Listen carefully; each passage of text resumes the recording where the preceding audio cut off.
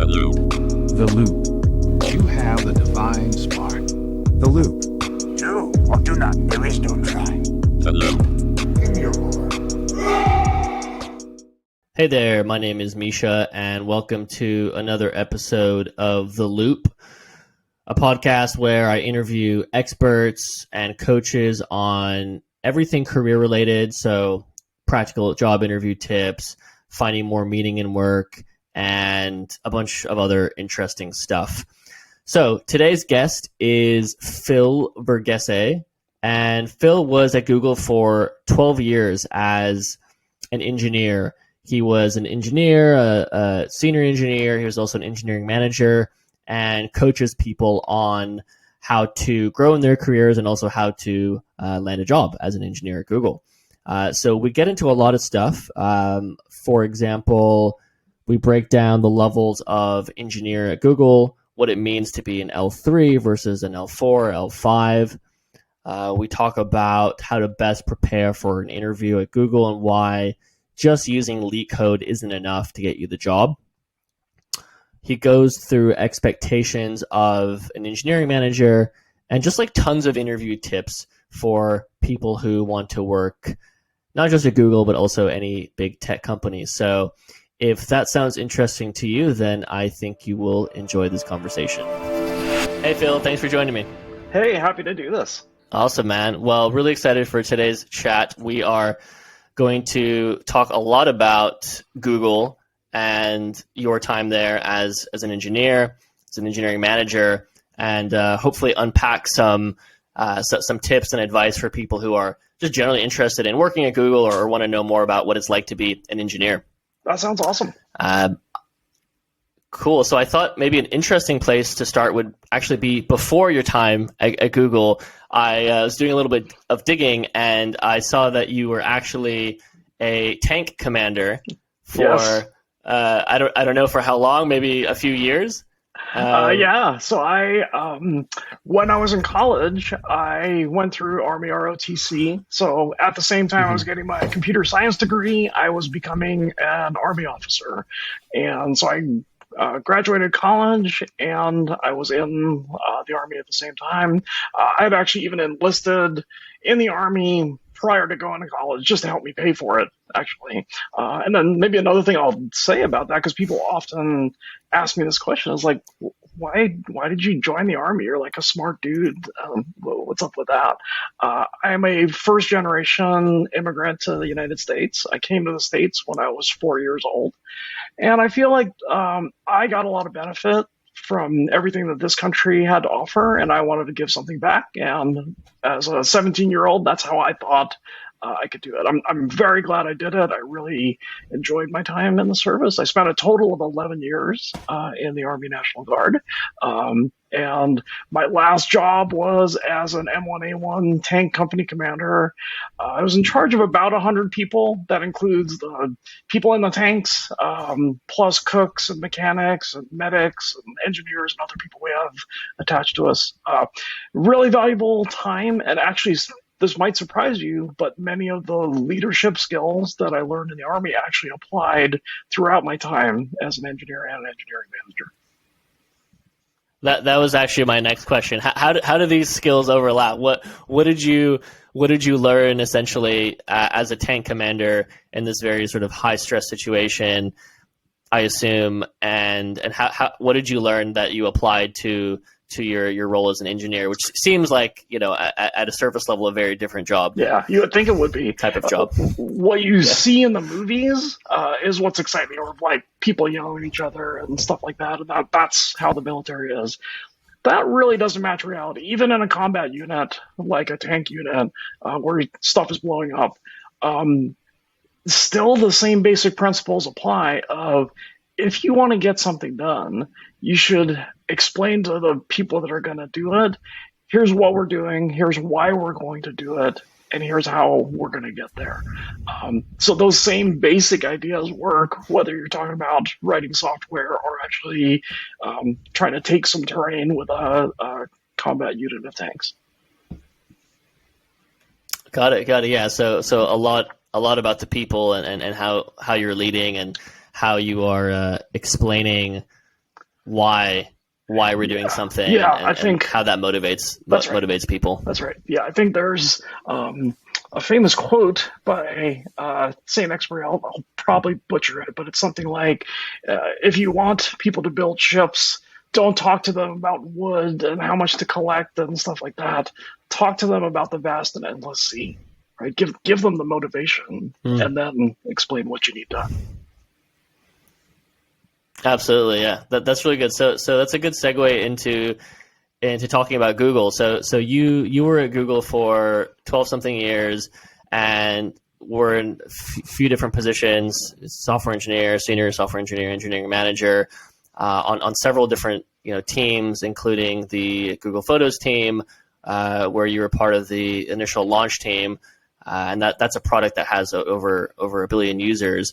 Last time I checked. So you've seen a lot, and I think a good starting point would be what does it mean to be what does it mean to be a software engineer at Google, and what does it mean to be maybe a senior software engineer? How are these different, and what does that role look like day to day, and how would you define it? Yeah, it's an interesting question, because I think there's a lot of mystique about Google software engineers, or software engineers at the level of the FANG companies. Like, what is that, and what is the day-to-day like of that, and then what is it at the more senior levels? The big thing that I noticed from coming to Google, I had a bunch of industry experience before that. The big difference at Google is you're surrounded by world-class peers. It's very common to get imposter syndrome. I'm sure you've heard of that, like this feeling of, I'm the one that doesn't belong. All these other people are so amazing. How did I slip through the cracks and get hired here? Very common thing to experience, and I experienced it throughout my entire time at Google. It did not get better after 12 years. I think I just learned to cope with it more. The day-to-day of being an engineer at Google, the first part, there's probably about a 6-month period of just learning the job, learning what your team does, learning how Google likes to write software. They have coding standards for each programming language. Like, there's a Java coding style, a Python coding style, which is a collection of things you might expect of like how they want the braces to go. But more important, it's a set of best practices. Here's how we're going to do things, and make sure you comply with that. Here's how tests need to be written, and things like that. So there's a lot more structure to it than many other companies probably have. The other thing is there's a lot of help. Everybody has been through this really difficult onboarding process where it just feels like you're drinking through the fire hose to try to learn all the core infrastructure that exists, plus the specific product that you're working on. And the thing that really struck me was how much people were willing to go out of their way to help you. So it's not sufficient to be a really smart person or a really good software engineer. You also have to be a really good team player, because that's also part of the job, is to help everybody else around you out. Sorry, I think I lost part of your question. You were asking what it means to be a software engineer, and then I think you're asking more about what happens at the more senior levels, maybe. Sure. Yeah. So it sounds like you're saying obviously you have to have pretty good coding skills, and you have to be smart, but that's just only half the picture, right? You have to be a good team player, and people are very helpful, and there's some magic there.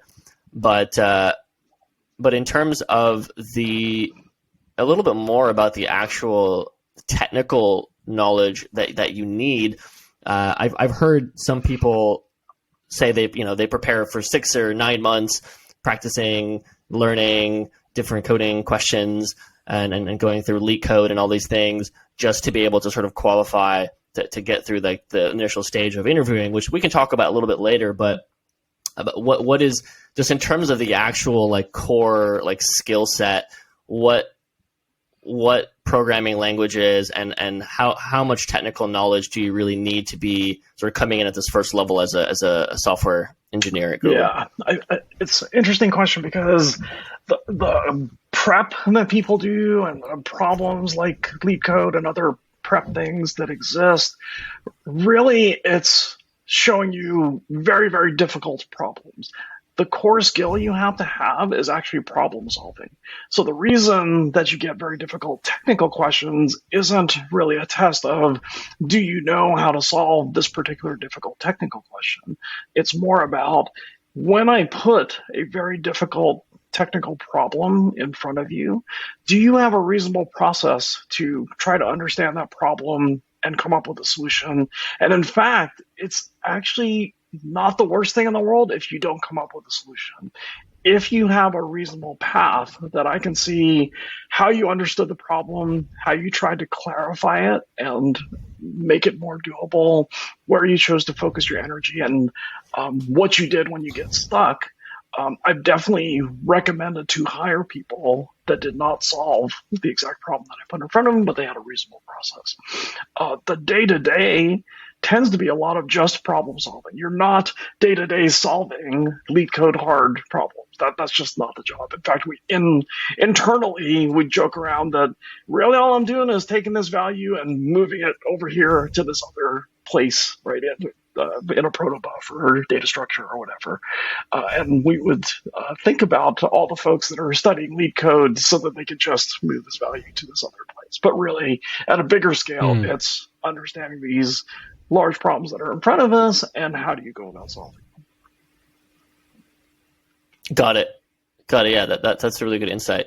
So going back, tell me what is the about the levels? What is the difference here between a software engineer and a senior software engineer, and then I guess moving on to engineering manager? Are these the levels, or how is it structured? Yeah, maybe I can talk a little bit about I'll talk about the levels at Google. Other companies have different job titles, but it's the same basic idea. Somebody coming fresh out of school, brand new college graduate with a computer science degree, would probably be hired as a level 3 software engineer at Google. At that level, we're expecting you to be a really good programmer. You understand whatever programming language you know to a good degree. It might be that your team is writing in a language that's different than what you're an expert in. It was pretty common for an engineer to come to our team and like, hey, we're doing all our stuff in Java and on Android, and they have no experience with either of those things. But they would come up to speed quickly on that because they were smart people. They know how to solve problems. But they would generally be teamed up with more experienced engineers who would tell them, here, do exactly this stuff and go make it happen. And that's essentially what a level 3 engineer can do. With guidance, they can complete pretty complex tasks.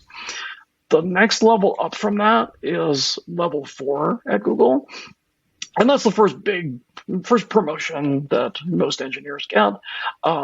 Really what we're looking for at that level of engineering is you can just work independently. You don't need somebody to spoon feed you so much. I can give you a fairly big task, and you can get it done with minimal oversight. You'll think about the edge cases. You'll ask the right questions. You'll make sure you scoped it right. You might even help level 3 engineers do the work as you're doing it. That's kind of the first couple levels.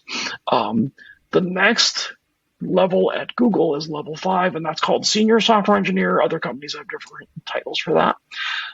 The big thing that Google is looking for at that level is influence beyond yourself. And generally what that means is you're solving problems that are bigger than you could possibly do on your own. I'm a really good software engineer, but there's just only so much code that can flow out of my hands to solve a problem, right? I'm just limited by my typing speed, by my ability to understand a problem, by how much can I focus. So if I can harness the power of multiple engineers and get people focused on a bigger project, that's what senior software engineers do. The other thing I should mention along this line of like the different levels of engineering is, at least at Google, and I think it's fairly common at other companies as well, promotions are meant to be late. And what I mean by that is you have to show that you're already performing the job at the next level before they'll even think about promoting you to the next level. So if you want to get promoted to senior software engineer, it's not a matter of waiting for your turn to get put in that role and now you're in charge of some other engineers. Rather, show that you have the leadership skills to think about bigger problems and can tackle that. Moving on from senior software engineers, that was level 5. The next promotion at Google is level 6, or staff software engineer. The summary that I remember from that in the job description, or the levels of engineering, they talk about staff engineers create order out of chaos. And I think that's a really nice summary of, here's a big complex system. Nobody actually knows what's supposed to happen, or there's a team that's in chaos and we need to get out of it. Staff engineer is the person that's going to come in there, figure out what needs to be done, herd the cats as necessary. This is also, I would say, senior engineers and staff engineers are the ones that are starting to demonstrate they understand the business requirements as much as they understand the technical requirements. Level 3 and 4 engineers, it's really fine to be purely technically focused. At the higher engineering levels, you have to really demonstrate a better understanding of the business, because you're part of making decisions that may have business versus technical trade-offs, rather than just being subject to them. So that's staff engineers are taking big complex problems and wrangling them. Next level beyond that, level 7, is a senior staff software engineer. The summary of that is you're actually changing the business. You have so much technical scope and business understanding that you're actually changing in some significant way what your business unit is doing. That's kind of that level of engineering. You may not be writing as much code day to day. It really varies from person to person, but generally the people at that level are often focusing more on the big picture of stuff rather than writing code. And then there's are you managing a lot of people at this stage, or? Yeah, it's a good question. Not necessarily. At all these levels that I've said, you do not need to be managing any people. At Google and most other tech companies, they talk about having a dual ladder. And you can choose to go into management or not, or go back and forth several times, which is actually what I did. I went back and forth between being just a regular engineer and being a manager, essentially each time I switched teams. So when I joined Google, this was 2008, long time ago. Then during the company sort of had a culture of, it's good for people to switch teams. Like every 18 to 24 months, you ought to go somewhere else. It's good for you. You get exposure to different parts of the company. And it's also good for Google because it sort of spreads the knowledge around to different places. So that's what I did. About every 18 or 24 months, I went to a new team. Each time I would go to a new team, I deliberately joined as an individual contributor engineer. I was a staff engineer. I'd usually be on the team for about a year or so, and they'd say, look, we really need management help. We know you've done managing in the past. Please be a manager. And I'd reluctantly agree. I got less reluctant about doing management over time. But my real passion is writing code and crafting the crafting programs. I get a lot out of that. It took me a while to realize the thing that I said earlier, which is there's only so much I can do with my hands, and I can have a much bigger impact if I can lead a team to do a bigger effort. So then I kind of embraced being an engineering manager towards the end of my career at Google. Got it. And so that was senior staff engineer you left off at, and then there's engineering manager after that, or what's the next level? Oh, no, I should say, there's a parallel track for engineering manager. So, right at level 5. So level 5 was senior engineer, senior software engineer. There's also a level 5 engineering manager. And that's essentially a first line manager. They probably have a team of, let's say, 10 people would be a typical size for somebody at a level 5 management role. They would also, that level 5 engineering manager is still quite technical. they might be writing code. They're at least reviewing the code on the team. They're definitely deeply involved in technical decisions, design decisions, things like that. And then there's levels of engineering manager. So just like there's a level 6 staff software engineer, there's a level 6 engineering manager. The difference, it gets into the same sort of stuff of like order of chaos. It's creating order out of chaos. What's the scope of the problem you're in charge of? How many people are you responsible for? At level 6, you might start managing other managers. So you can imagine that's a much bigger total team size and the other unique challenges of managing other managers. And then there's management levels that continue to go up. At level 8, it's, if you're on the management side, that's a director at Google. So that's a pretty big jump up in responsibility. There is also a level 8 engineer, which is, I believe, a principal engineer, if I remember correctly. And both those folks have a very large scope. They're definitely setting the direction for a larger business unit. And that's probably where we ought to leave off. Like there are higher levels that exist, but it's so high up that it's not even worth talking about right now. Got it. Yeah, that's a really good overview. Thanks for sharing that. So maybe it's a good time to turn to go through those levels again and talk about how to prepare. So how to prepare for an interview. So if you are going in for an interview for one of these positions, I think there's so much written about this online. There's so much public information, but like you were saying in the beginning of our chat, a lot of people are maybe just on LeetCode solving really difficult problems when that's not necessarily the best or the only way to prepare. So walk me through just high level what preparation would look like for a software engineer moving up to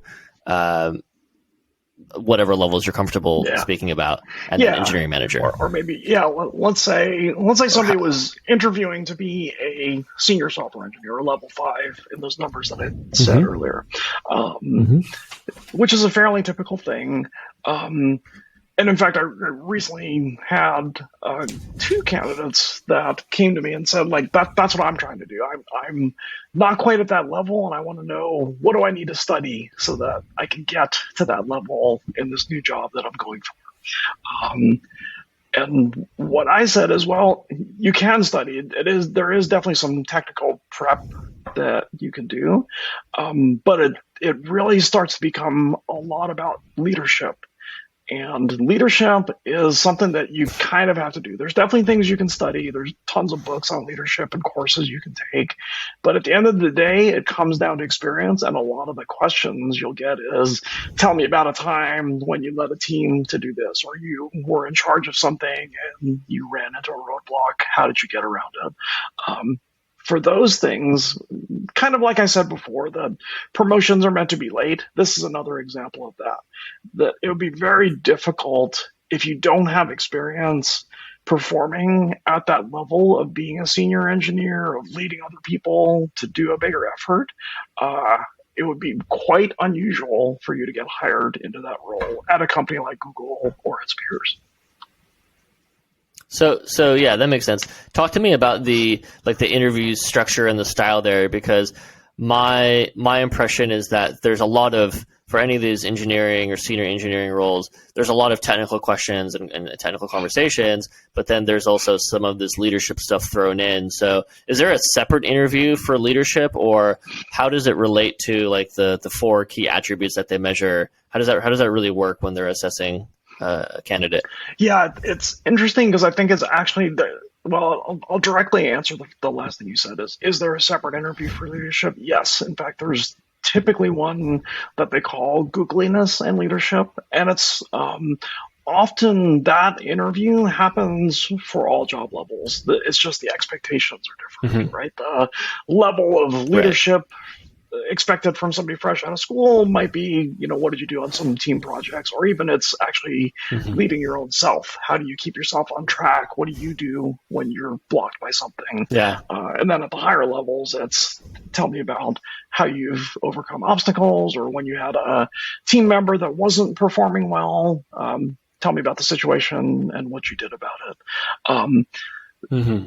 I'll share one really interesting question that I got when I was interviewing at Google because I was interviewing for a high-level job. And I thought it was a super interesting question. The person asked me, hey, you've been doing the software stuff for a while. You've got a long career.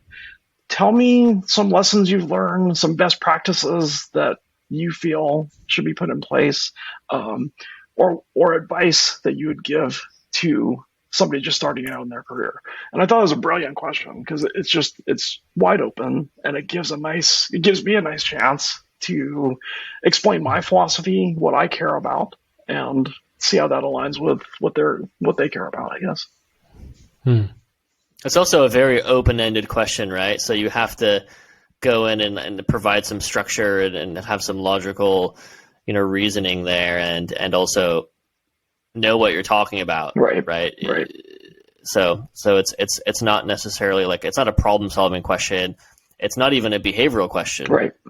It's more of a, I don't even know what you would call it, an open-ended, a hypothetical, or just it's kind of it's kind of an experience question. I think it's two things. It's a way of sharing your own experience when you talk about lessons learned and best practices. It's also a way of sharing your philosophy, right? What's advice you would give to a new engineer, right? So here, let me boil it down to the things I think are important that the new engineer should consider.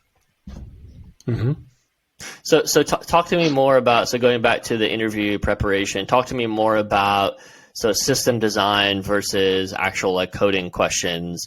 What's the breakdown there? What can people expect for some of these levels? Typically, the interview structure should be about the same for the various levels. They should expect about 2 coding interviews and 2 system design interviews, and then 1 behavioral, which would probably be that googliness leadership interview. And I can maybe go into more detail on what to expect in system design versus coding. Sure.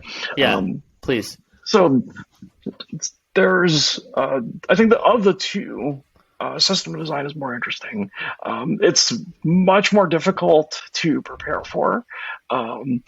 The absolute best preparation for system design is actually getting a chance to work on big, large-scale systems, but that's unusual. Very few people get that kind of experience, especially if you're fresh out of school. But even if you're an experienced engineer, it might be that whatever companies you've been working at are just not doing things at large scale, or you're not involved in designing large systems. You're sort of maintaining them.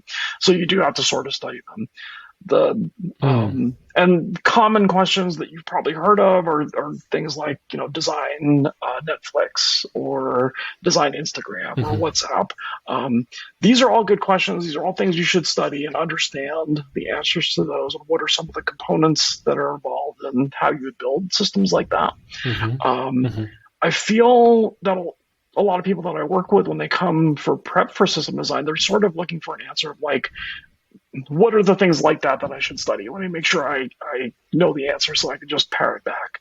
And what I tell them is that's actually not the right way to prepare. You should study all these things, but the thing you should get out of that is these are tools to put in your toolbox. Like the way they solve, or the way you could solve, how do I make sure the chats are synchronized between 2 different WhatsApp users that might be connected to different servers? The specific solution to that might work for a different problem. So that should be a tool that you can apply elsewhere. The other thing that I want to say about system design is chances are you'll get at least one question that you have not heard of. It's not one of the common things like design Instagram or whatever, because at least as the interviewer, I don't get that much of a signal of you as a candidate. If I ask you a common question to show me how to design Instagram, and you essentially give me back one of the well-known solutions to that, I have not learned much about you as a candidate other than you're good at studying. If I ask what's a less common question? One that I'd like to ask is, what if Google wanted to award a prize to somebody who does the 1 billionth search on a given day. Design that system. Super simple to think about, pretty difficult to actually execute. And there's a lot of things that go into that. Part of what I'm looking for somebody to answer that question is actually to really push back hard on the requirements there. That's the big way that senior engineers and higher level engineers really earn their money is by making problems simpler. So when I give you a problem like that, award a prize to the person that does a billionth search, there should be about 20 different questions you ask me to really clarify that problem. Like, do I have to be perfectly at a billion? When does the time start? Is it critical that's exactly one winner?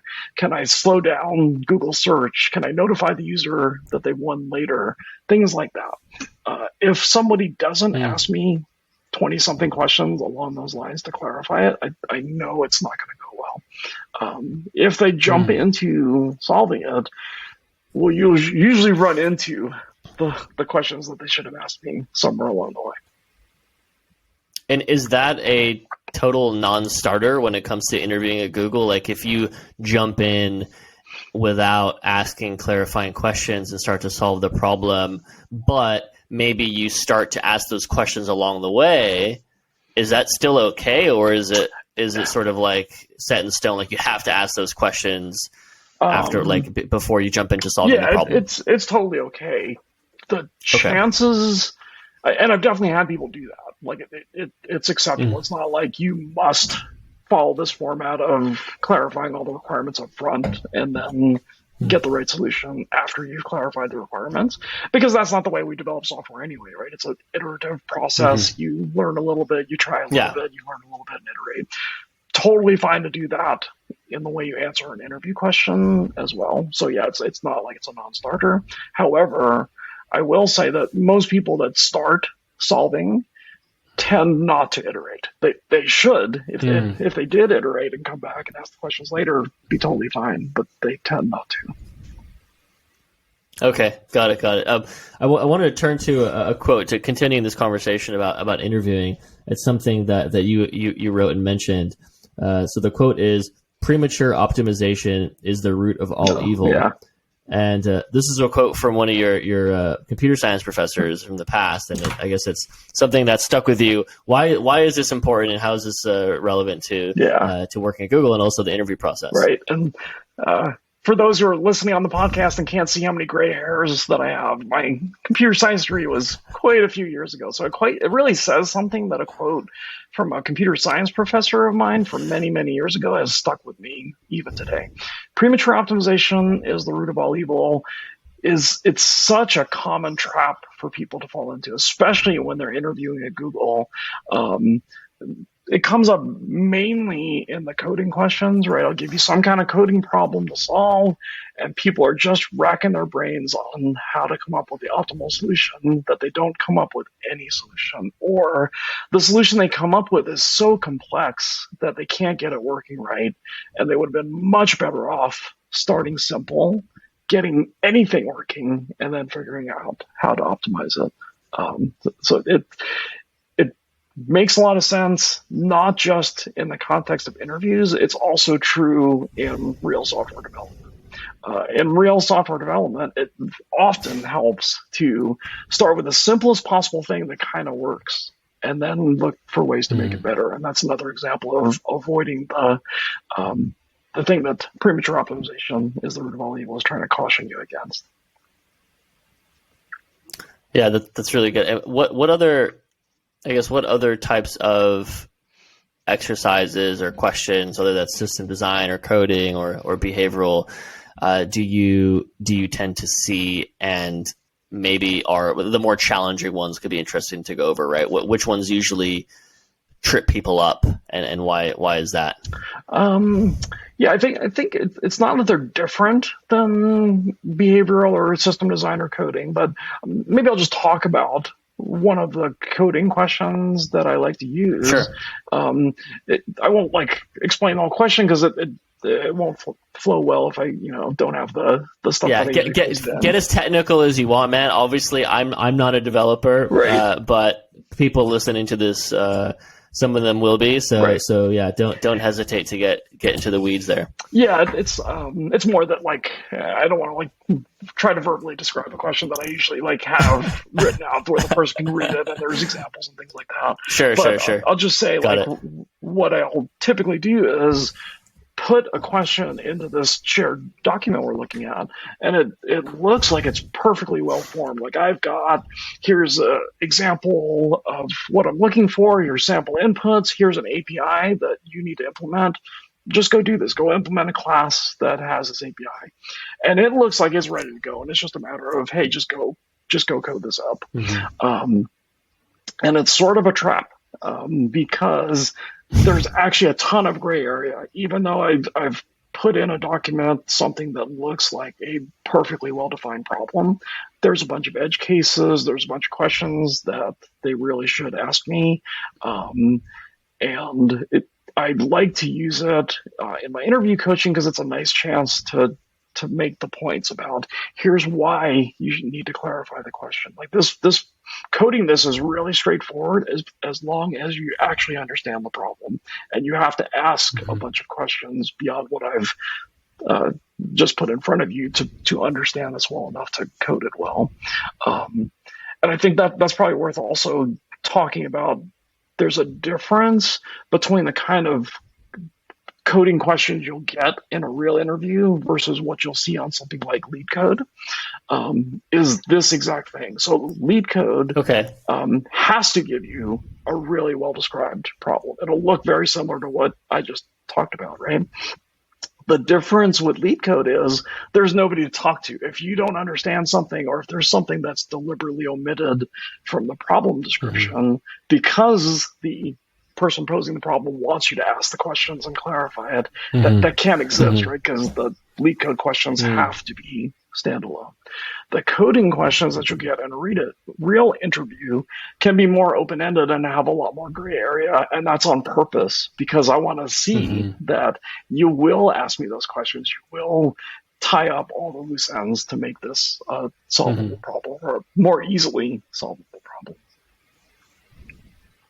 Got it. That makes sense. And this topic has come up a couple of times in the conversation where basically, even if you don't, it's sort of implied in what you just said, but even if you don't get the answer correct totally, just showing that you can work through the problem. I mean, and this is sort of common knowledge at this point. I think you'll read this in a lot of places, but specifically, like how many answers can you actually get wrong? Like if you have a list of technical questions, in your 4 or 5 interviews, and you get half of them wrong, but your problem-solving ability there is pretty on point. Is that still okay, or what level of actual being correct is are they looking for? That's a good question. I don't know how to answer that because it really I hate to say it depends, but that is the actual answer. Is it depends. The questions you'll get tend to be the kind that it's hard to get them 100% right. Like there's time constraints, and you have, especially for coding, right? You're trying to write code without your preferred integrated development environment. You're probably using either just a plain old document, or if you're lucky, at least it's a code editor in front of you, but you don't have all the tools you normally would. You got the pressure of the interview, you got somebody watching you, and you got time constraints. So you're not going to be at your best. The interviewer has to take all those things into account. So the chances of you perfectly solving the problem are low. So interviewers are, over time, they get calibrated of, okay, here's what I can expect from people seeing this problem. And so to answer your question of like, how much can I get wrong? You could possibly fail to answer every single question correctly. Like you may not get any working code out of all the interviews, but there's enough there that we can see that there's potential. Like you're on the right path. The stuff you did is correct, but we ran out of time. the things you chose not to spend time on were the right things. You knew you had time constraints, so you focused on this part of the problem and you did it right. So it's entirely possible to miss stuff. Getting back to the spirit of your question, how much can you get wrong? Like, let's say I just ask you a straightforward question about your chosen programming language. And if you just flat out don't know it, that's really bad. Like that does not look good for you. You mean if you say like, I don't know? I don't know is much better than making don't try up and solve. something. Yeah, like I would much prefer I don't know. People get in really big trouble when they think they should give a correct answer or give an answer, even if they don't really know. It'd be much better to either say, I don't know, or, it's been a while since I've used that part of the language. Here's what I can remember. Like that goes a long way. Mm-hmm. Yeah, I wonder how this is different in different companies and interviews, because one thing I've heard about Amazon, for example, and I worked with Amazon for a while and know their process quite well, is they advise to never say I don't know. Like, always try and come up with some sort of estimate or some idea or some hypothesis, even if it's even if it's completely off base. They want to see that you're still thinking through it. So maybe that's a little bit different. It could be different for an engineering interview. I'm not really sure. Yeah. This is sort of general advice that I've heard. Right. Yeah. Like for I could definitely see that for like a product manager. I think that probably also true for like a Google product manager, that I would want them to probably make some kind of reasonable estimate, but I would want them to tell me. Like, I was recently helping a product manager prep for technical interviews, and they actually brought a problem with them. Like, hey, I heard this is a question that product managers get, and I want to make sure I can talk through it. And the problem involved something with how GPS works. Was a component of the solution, and I just drilled on that a little bit. Say, tell me a little bit more about how GPS works.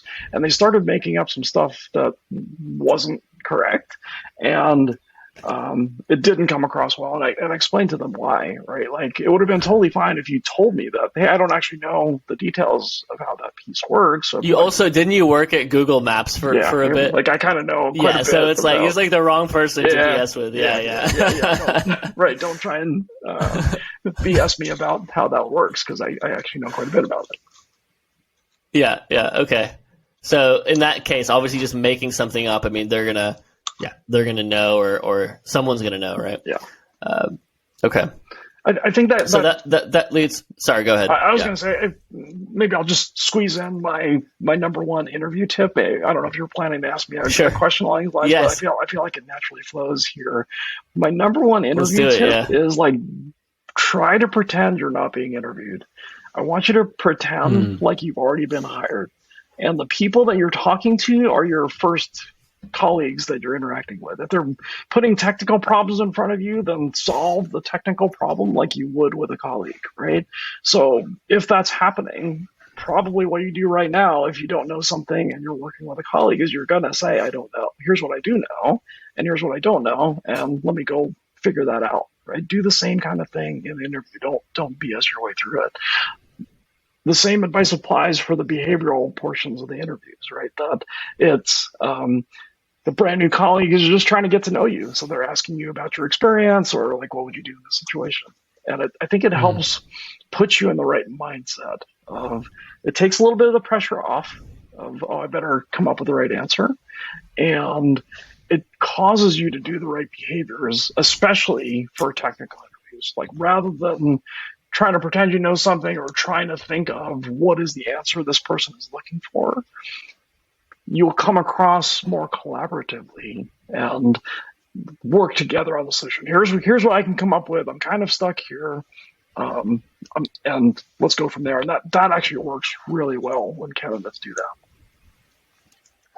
Yeah, that's a really good tip. So if I can sort of add to that, it's thinking of your interview not as an exam, right? Like, it's sort of a teacher-student relationship, which is how a lot of us feel when we're going in. There is this judginess, right? You feel like you're being judged, you're being quizzed, you're being tested, and more like, hey, I'm going in, I'm gonna I'm going to spitball with my colleagues. We're going to solve this problem together. This is actually how I would do it in real life if I was working there. But you're saying even go a step further and imagine you are actually already working there. You already got the job, and you're trying to work through this together. Yeah. I think it's almost easier said than done, right? Because you're going in and like there's you kind of feel the the eyeballs. Absolutely, right? It's like people are looking at you, they're expecting something. So, it's hard to do perfectly, I guess. But if you can at least get into some sort of mindset towards that feeling, then you're gonna probably be less nervous and do better. You're absolutely right. It's definitely easier said than done. I do it myself when I'm the interviewee, but I can't stay there. Like at some point my brain is going to pop in and say, well, this person is evaluating you and they are going to make a decision that's probably going to affect your future life, and all those thoughts come in. But try to make those go away and just treat them like a colleague. Absolutely, yeah. And you said something interesting about the product manager you were helping through their interview preparation. How technical are other interviews?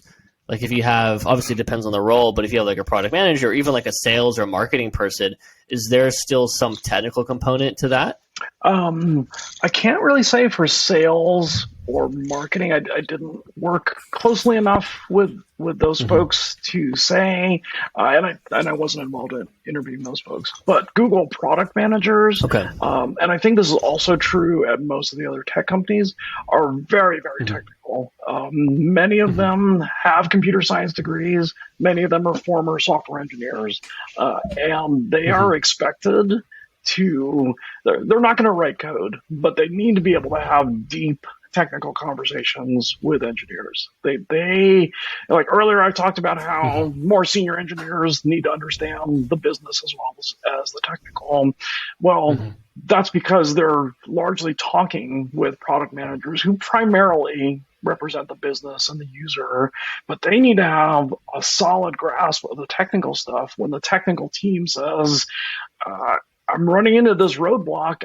I can solve it in this way or this other way. And here's the ramifications on the technical side. Here's the ramifications on a user visible basis. Product managers have to be able to get that. So the technical portion of product manager interviews, you're not going to have to write code, but you may have to have conversations about system design. What I'll often do when I would interview product managers for real, and this is what I do when I help product managers prepare, is I'll ask them questions that put them in a scenario. And the typical scenario I'll give them is, you're the product manager, I'm the engineering lead, and we're working on either this product or this portion of an existing product, and we're going to do this part of it. And there's parts that I expect the product manager to do, and there's parts that I should be doing. And I want to see that they're appropriately leaning on me as the engineer for when there are technical things, or if I give them a technical constraint, they understand how to apply it, for example. Got it. Okay. So it's a lot of it is also about your communication and just higher level understanding of engineering, and you don't necessarily need to be able to code on a daily basis. Yeah, that makes sense. Okay, cool. So I want to talk a little bit more about the engineering manager, because I think we touched on it a bit. But you were an engineering manager yourself. Yes. And you've interviewed other engineering managers. What is what is that process like in a bit more detail? Like, what kind of questions do you get apart from the leadership? You said you get, maybe one interview for leadership, and you have to have some pretty clear examples of how you've led a team or solved some problems. What other types of questions come up in that interview for that level? Yeah, I mean, it is largely focused on, either leadership. Oh, sorry, my lights are. Hang on one second. Let me fix my lights in here. Oh, that's all right. I don't know if it looks dark for you there. A little bit, yeah. There, okay. That's fine. I think now I'm dark. Okay. Cool. Yeah. So, sorry. The question was, what does the interview look like for engineering manager? What is it besides behavioral questions? It is pretty heavy on the behavioral side of, Oh, it is. Okay. yeah, I mean, it'll be things like, what are your experiences? Here's a couple examples. Definitely be expected to get questions on how do you handle people that are not performing well on the team, and that turns into a whole conversation of like, have you ever had somebody that didn't perform well on your team? Any engineering manager that's been doing it for more than a couple of years is going to probably say yes to that, right? You're dealing with humans, and humans are imperfect, and somebody's going to have an issue. And then, we can have an extended conversation about how you dealt with that. And people have probably already prepared for that. I also like to ask about the other side of things. How do you deal with the superstars, the people that are just the absolute amazing people on your team that need some special attention that's different than the rest of the folks? And what do you do with that? What's the care and feeding of them? How do you motivate them? How do you keep them excited to be on your team? Yeah, that makes sense. So yeah, a lot of people driven questions stuff. And yeah. Is it like 60-40, you would say? Like 60% people, behavioral stuff, 40% coding, technical, system design? I think that's right. And I think the other, maybe I'll even say 60-40, like 60% people stuff, and then within the context of engineering management, engineering leadership stuff, it would get into how do you run a software project? How do you handle a team that's behind schedule? What does that mean? And that should turn into a whole conversation of, well, where did the schedule come from? How do we know they're behind? Is this happening all the time? Is it artificial external constraints? Or do they not have the resources? Are they getting distracted? Things like that. Probably questions on how do you like to develop software, like the kind of that open-ended question that I mentioned earlier, right? Like, what are some best practices that you found? One that I like to ask of engineering managers is, what's advice that you would give to a brand new engineering manager to help them be successful as they first get into this role? Yeah, that's a good question to ask. Yeah, I guess those are a little bit easier to prepare for in a way. Right, and they're more directly relevant to the job, whereas like the LeetCode stuff is you have to be able to do that, like technically speaking, but then the problem solving skills are more important, like you were saying. So that's good insight. And moving forward, so like I think the chances, like honestly speaking, like we know the chances of getting a job at any big tech company is quite low. I've statistically speaking, right? Like if you apply, like maybe one out of 100 people are going to get a response, and then once you get into the actual interview process, the odds are actually quite a bit higher because you've already gotten through the first stage.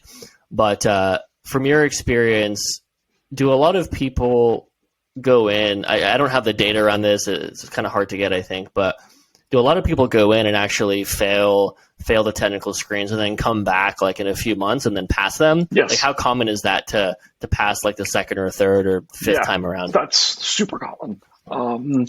Okay. Yeah, because the technical screens are so difficult, it's almost expected.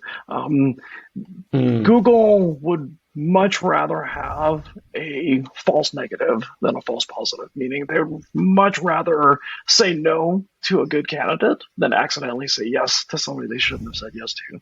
So they know they're already saying no to good candidates, right? So it's happening all the time.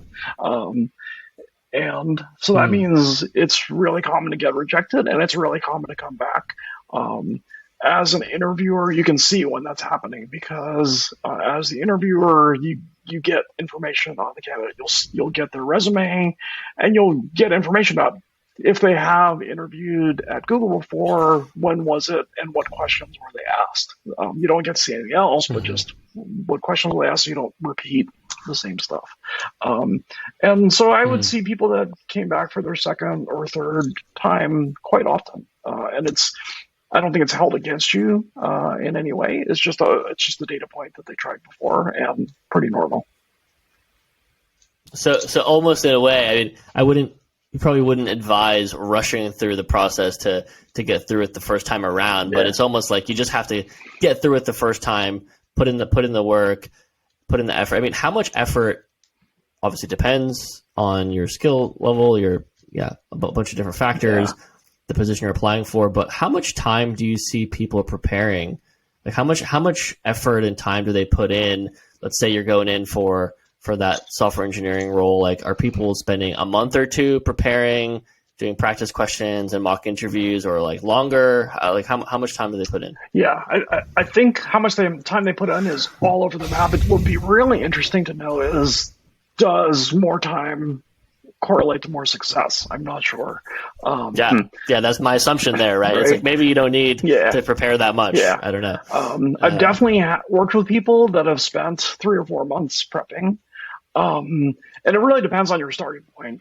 Some people actually do need that, right? Sure. Maybe they've been stuck in some old tech and they really do need to spend 3 or 4 months, get back up to speed on the latest stuff and get outside whatever they've been doing in their day-to-day job to have a broad enough scope to be able to reasonably interview. So it's not crazy to do that. It's also not crazy to prep for like maybe a week or two. If you're sharp, if you're an active software engineer, you know what you're doing, maybe you don't have encyclopedic recall of the entire curriculum of a computer science degree, that's okay. As long as you can understand the basics and know what you know and how to solve a problem, I think that's okay. For what it's worth, I did like a week of prep before my Google interviews and it turned out okay. But I think the resources available to prep back in 2008 weren't so great. So I think that was pretty typical for the time. I'm not saying that to my own horn. I'm trying to say like I think there are better resources available today. Do you think also, throwing this out there, do you think it's easier or harder to get a job now at Google than it was 12 years ago? It's hard to say. I think there's some of both.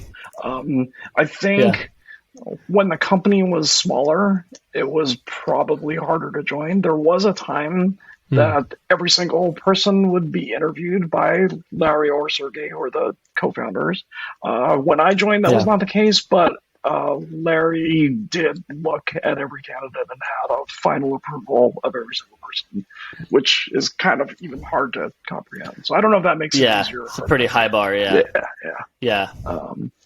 I feel like Google definitely tries to keep the bar high. That's part of why they have an interview panel that are not all on the same team, and in fact, you're more often than not you're not interviewing with the people you're going to work with, because they found that if they have people have a team interview for somebody that's going to join their team, if they've been waiting for somebody to join for a while, if they've had a hard time filling a role, they might tend to lower the bar. Like, hey, we just need somebody. We just need a warm body in this team.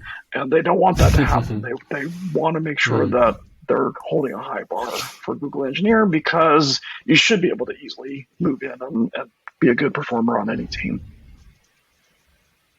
Yeah, it makes a lot of sense. So I think we're coming up on time here, Phil.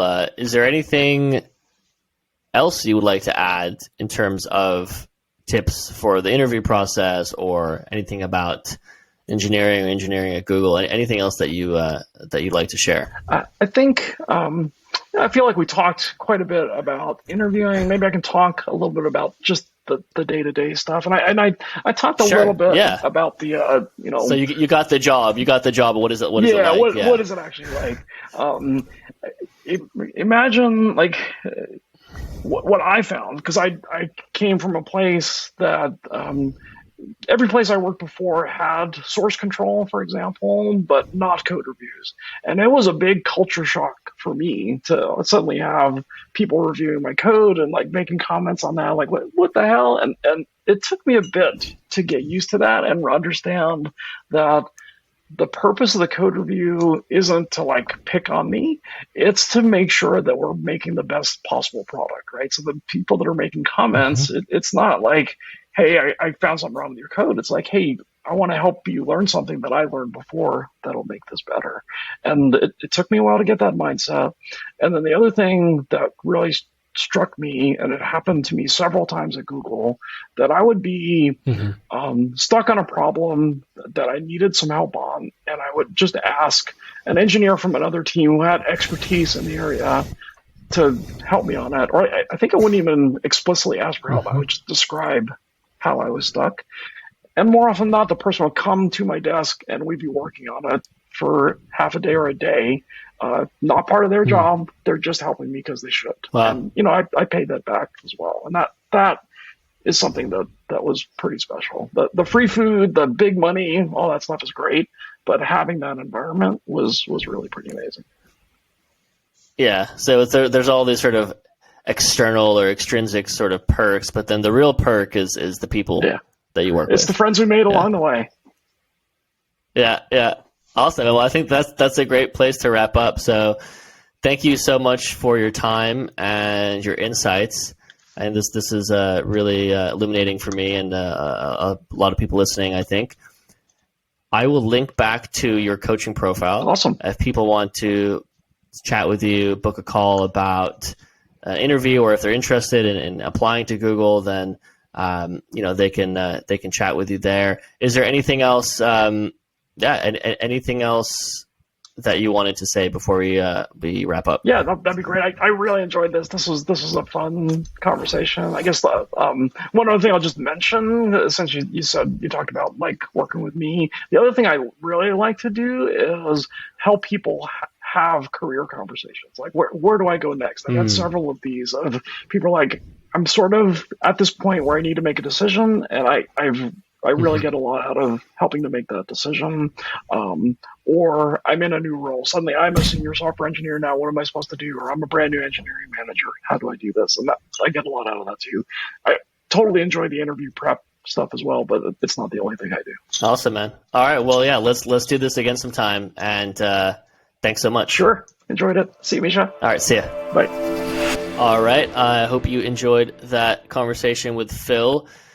We were chatting after the call, actually, and he just had a bunch more stuff to share. So I'm definitely going to have him on the podcast again, maybe for a bit longer next time, because there's just a lot that he's learned in 12 years at Google, and I think it's just really insightful stuff. So look, I would say if you are trying to crack this Google interview or just want help in your career as an engineer currently, then Phil's like definitely one of the top guys to talk to. And one reason I say that, obviously, you learned a little bit about him through our conversation just now, but through coaching. So if you don't know, I run a coaching business called Keras.io, and Phil is one of our coaches on the platform, and he's one of our top coaches. Consistently ranked one of our top coaches in engineering for big tech, and people just have a ton of great things to say about him. There's a ton of reviews. I'll link back to his profile. You could check it out for yourself. And he's just like a super nice and humble guy, and comes with a ton of experience there. So I can't recommend him enough. Please check out his profile if it's something you're interested in. And I think that's pretty much it. We've got a lot more guests coming on this month, so really excited to share that with you.